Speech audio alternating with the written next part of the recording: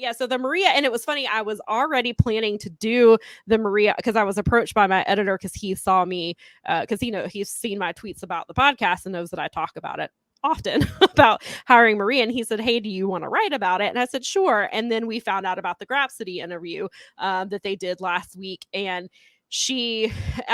Maria pointed out a lot of my arguments for bringing her in are her reasons for wanting to be in creative, and she had some really good quotes about she wants to help in with the backstage stuff, as far as getting to know, basically character development is what she's really interested in. And she made the point, she's like, I am not the best wrestler, but I'm really good at helping people figure out who they are and getting that across on TV. And she was like, and that's because she was in Women's Wrestle Army. She's like, what we do is we help people in and outside of the ring. We want to help them with backstage segments. We want to help them develop their character. She was like, I want to get to know them, who they are as people, and then figure out who their character is, how they want to come across on TV, and then we figure it out from there. Because she's like, right now we're in a really controlled environment, so we can make certain things happen that you can't, and then she's like, and then you take that character and you go somewhere else. She was like, we want to be a revolving door. We want women to get more opportunities, because she was like, I never wanted to be a promoter, but I've always fought for women to have more opportunities. So that's what I'm doing. And she was like, we want women to develop their characters, develop their in-ring work, develop all of these things, and then go somewhere else and make a lot of money. And she was and she did say in her interview that she has talked to Tony Khan. She has talked to Triple H. She has talked to Scott D'Amore. She just talked to women, to Women of Wrestling as well. So Maria, wow. If AEW wants to, they need to hurry up, because her contract with Impact is up on October the 8th. She said she gets paid per appearance. And so she said it's kind of hard because she's trying to do her stuff with Honor No More. And Matt Taven and Mike Bennett, I believe both of their contracts are up at the same time as hers. I don't think it's not like they're a package deal. I don't think that's what she was getting at. But her point is, it's kind of hard to make all these plans for Honor No More, because she does have these plans. But then if she doesn't stay with them, then, she can't do what she can't enact, I guess, her vision for them.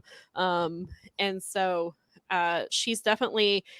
because she said that she thought ROH was going to be her job for the next 10 to 15 years. She thought she was going to be overhauling the women's division. She was going to be running it. She was going to be producing. She was going to be taking on more and more, all these things. And she was like, and then it was just gone. And I have to figure out what I'm going to do now. And so I think if AEW is serious about their women's division, then they have to hire her, because otherwise they do not feel like a priority. They feel like they're just there because almost like they're meeting a quota. They have to be there. And then we saw the promo that Marina Shafir cut on Dark. And that is the perfect example of why they need somebody like Maria, because bless Marina's heart, she did probably her best. And the promo was all over the place. It didn't make sense. It didn't connect very well. Her emotions were kind of all over the place. She was kicking the bottom of the bottom turnbuckle because she was angry. And it kind of came out of nowhere, because they have never let Marina talk at all. So this was the first time that they did this with her, because that's why they put her with Vicky, because obviously that's what Vicky does. Even though I will make the argument that Nyla does not need her, because Nyla is phenomenal on the microphone. Fine. She's so good. She does not need Vicky. She doesn't need Vicky. She does not need Vicky, and she's never needed her. Let's put Vicky with people that actually, if we're going to have Vicky around, let's put her with people that need her. Exactly. Well, and the whole thing was Nyla's whole thing was, I want to be the two-time AEW Women's Champion. Well, that's 2 years ago, and that still hasn't happened. So why are you still with her? But so poor Marina.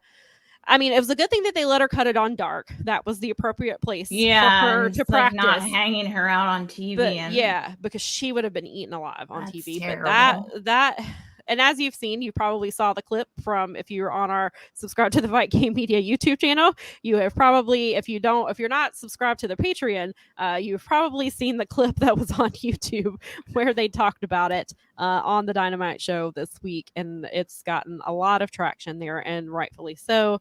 Poor Marina.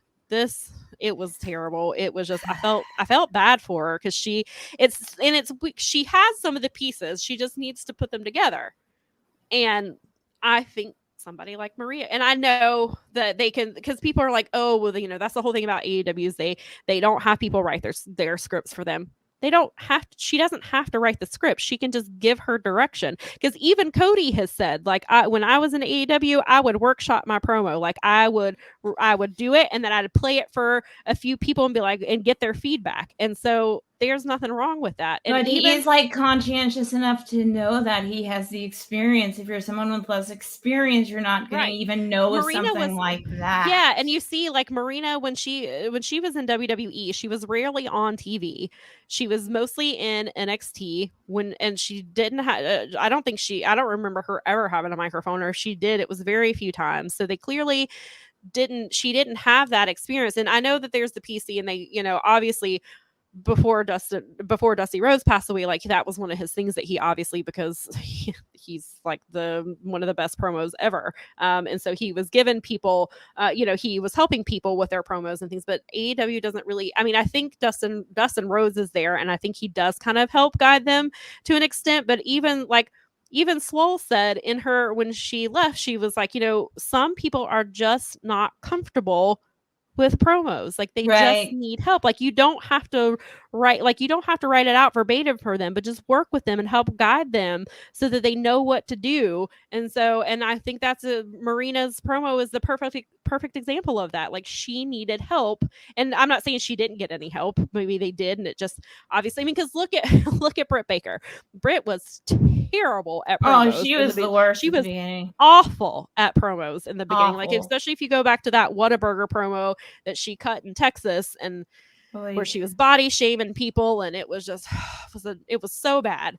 But now she's one of the best promos they've got. They really worked with her, so they could. And I'm not saying Marina is going to be Britt Baker level promo, but they can work with her to make her sound coherent, to make her character be believable, because she, as the problem, like with her not saying anything, that was kind of her character. She was the strong silent type she was in the ring, and that's how she got across like who she was. But then you have that promo, and that kind of sets her back. And so having somebody like Maria who can help guide them, find out who their character is, what are you trying to convey to the people, what do you want them to know about you, and then you and then you work together on that promo, and you do it every week. She was like, because she was saying that even Roxy, who is now Roxanne Perez in WWE, when Roxy was in Women of Honor and she ended up being the winner of the tournament there, she said that Maria said, she was like, write my promo for me. And she was like, no.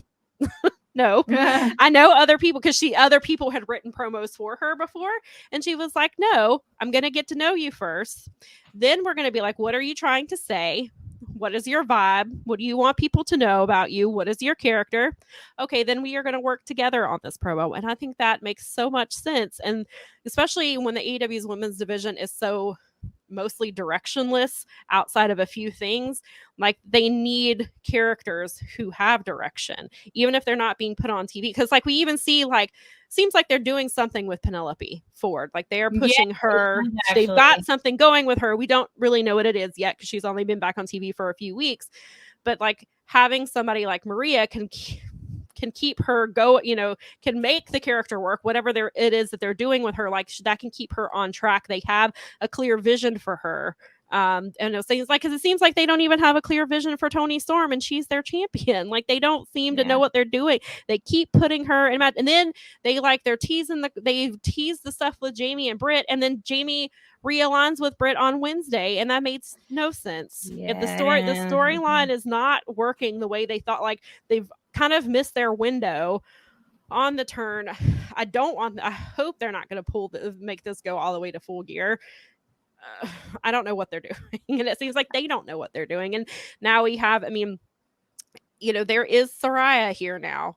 So we don't know. So that was really cool. Like she was. So wait. She tweeted Saraya. It's Saraya. Oh, I'm sorry, Saraya. Yes, I did mean to correct that because actually I was thinking about that before the show because Nikki told me and I was like, make sure you say Saraya. And I Saraya. I've been saying Saraya. I've been saying it like out, like talking to her. I've been saying it, and so but it was hilarious. Last night, Bob Saraya said, is correct. Bob said Saraya, and I was like, it's Saraya actually, and I said, I'm only telling you that because she actually tweeted it. I'm glad she did because I wasn't sure because Excalibur was pronouncing it 2 different ways, and Britt pronounced it the correct way. She pronounced it. Well, that's the way And so, but I always thought it was Saraya. And so now I'm having to break myself of that habit of call her Saraya because it is the correct way. And I want to make sure that I pronounce it properly and that we are educating you, our viewers / listeners.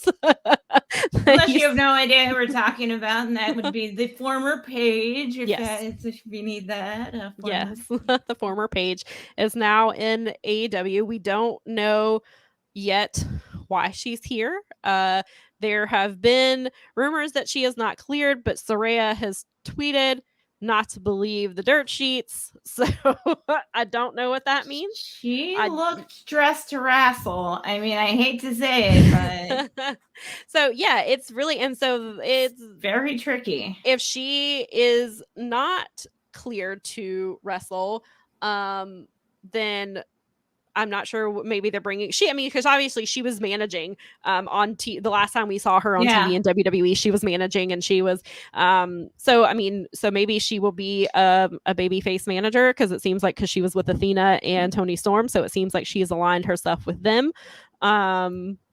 So I don't know exactly what they're doing with her. And so some people have wondered, they're like, oh, well, because they brought her in, they're not going to bring Maria in. And I'm like, I don't think they hired Saraya to be a creative. Like, I don't think that's why she's there. I think she's a TV person. I mean, like she's a wrestling person. Like she's someone that you can like put her out there and do stuff. And then women can look to her and go, oh, like that. Okay. Right. Yeah. Cool. And she's a phenomenal get. Like that was Toni. She wants it. I mean, she just, right. Well, and even like I saw a clip of Thunder Rosa on Busted Open the day after, and she was like, that's a huge deal that we have her. Like even though she hasn't wrestled in, I think it was like 8 years. She hasn't been on TV. I want to say it was, I can't remember the exact years, but it's been a few years. So, but she is still somebody. She was like, Paige has a brand, or I'm sorry. Well, she did as her, obviously she's Saraya now, but Paige was her own brand. She really accomplished a lot. And she's just turned 30 years old, and she's accomplished a lot in the wrestling business, which is insane when you think about it. When you think about how much experience she has, I didn't realize she was only 30. Jeez. Yeah, and then she comes from, basically the whole background, British wrestling royalty. Like her family is a big deal in the indie wrestling scene in England, and she comes from that. Then she obviously, she skyrocketed in NXT. She was huge there, and then she brought that to TV. I mean, she beat AJ Lee like for the Divas Championship. Like I think it was her first night in on the main roster rather. And like she's done so much. And then even when she couldn't wrestle, she was still an advocate for women's wrestling. And she was she was on TV. She's doing all of these things. And so she has a ton of experience, which I think that the women's division needs. So I'm cautiously optimistic with her because, this was kind of supposed to what was, when they brought in Ruby was supposed to be a bigger deal than she is. Toni, prior to winning the title, Toni was supposed to have been a bigger deal than she initially has been somewhat. And so I'm hoping that Saraya will be, something that pushes the women's division forward. I think it's kind of hard to mess her up, but let's hope so. Yeah. So I don't. And so I think so. Can you imagine having her and Maria in the women's division? Like not even as Maria not in the ring, because Maria has pretty much said like her in-ring stuff is done. Like she's focusing on the other stuff, but having a woman like her on TV and then having Maria behind the scenes, like I think just thinking as you were saying that, I'm like, but that's perfect because you don't need her to be in the ring. You need her to be in the classroom, as it were. teaching everybody how to do those things and doing what you're saying that she does, that you've talked about forever, and rightly so. That's exactly what they need, is someone who isn't wrestling in there in the back doing the ladies stuff, like talking to new girls and getting them just exactly all the things that you just covered there. That is perfect. Yeah. And so I think Saraya can do the stuff out on the TV, and you can see what it looks like when it's actually actualized, and Maria can be in the back, and that's a really solid team for their women's division. And then you still have Madison Rayne, who I saw she agented the match, or she produced the match for Jade and Diamante at Rampage. And I heard the match came out of order from where it aired, where they put their match was done first, and then they moved it for TV. So I don't know if the original match was 2.5 minutes, because that's what it was on TV. But I do think, I guess, they're going back to the kind of Jade demolishes everybody type of thing, and Diamante somebody who's not on TV. Diamante is not somebody who's 40. So and right, and Diamante is not somebody who's been on TV and things like that. And that's not to take anything away from Diamante, because she's fantastic and she should be on TV. But Madison Rayne got a lot out of them in 2.5 minutes. Again, whether that's how long they actually got, if it went longer and it got edited out, that's one thing. But from what we saw on TV, like, Madison did a really good job. That was a really solid match for 2.5 minutes. So they even have Madison. So if you think about those three together, like what they can do coaching and character development and how they should act, how they should present themselves on TV, and like they have all of those aspects covered. And so it's like they're on the brink of what they could be, because we're heading into year 4 soon. The women's division has always been their biggest flaw, I guess you could say. That's been the thing that they've always had an issue with, and it seems like they have moving parts. They're just not cohesive yet, and we still don't know what All Elite Women is. Hopefully not a reality show. We don't need that. Please no. But so we don't have. So maybe there is. I still have hope that we will have an all women's wrestling hour. I don't know if we will get that anytime soon, but they have the part. So even if they don't, and yes, they still obviously they need more than one match a week on Dynamite and one match a week on Rampage, especially when their Rampage matches have lately been under 5 minutes. So there's that, and it's not. And even, they've made the point that, he could bring Maria in and then not like the way she does stuff and then take everything away from her. But if they want to make the women feel like a priority, then they have to do the things behind the scenes to make them feel like a priority. They have to bring in these women I cannot. If Maria goes to WWE, that's just going to screw AEW's women's division so much, because she's going to do all the things. Because WWE, I haven't been keeping up with Raw every week. And I know they've still had some issues like with Liv, how she's being presented and things like that. Damage control seems to be the best thing that they're doing, but obviously, I mean, you've got Bailey right there, so and you've got Dakota and you've got Io. So they're doing that's hard to mess them up, even though they kind of did a little bit by not having them win the titles right away. But I digress. But I mean, it's WWE, so right, and they have a lot of things. But Maria, she was in WWE. She knows that system. She knows how they do things. Paul Heyman is there, and she said when she was in OVW, she would go in early to watch Paul Heyman and to see what he was doing. Smart. She watched what he was doing, why he did storylines this way, why he wrote this thing. What was his goal? Like, what are we eventually getting? Like, so she was like, I am not as good as Paul Heyman, but I have seen him. I have sat under his learning tree. Nice. It's like, so she knows. So she could easily go to WWE and go work with Paul Heyman. And then she could do everything for the women's division that she should be doing for AEW. She might do it for them. She could stay in Impact and help the Knockouts division become even better than they already are. She could go to WoW and focus. So, I mean, she has options, which good for her. But AEW is stupid if they don't sign her. I mean, if they don't hire her, they are dumb. And they make me feel like if they pass on her, then that just gives into the argument that they don't care about women's wrestling. If you care about women's wrestling the way that you say you do, then you would hire the very best to make your division the very best.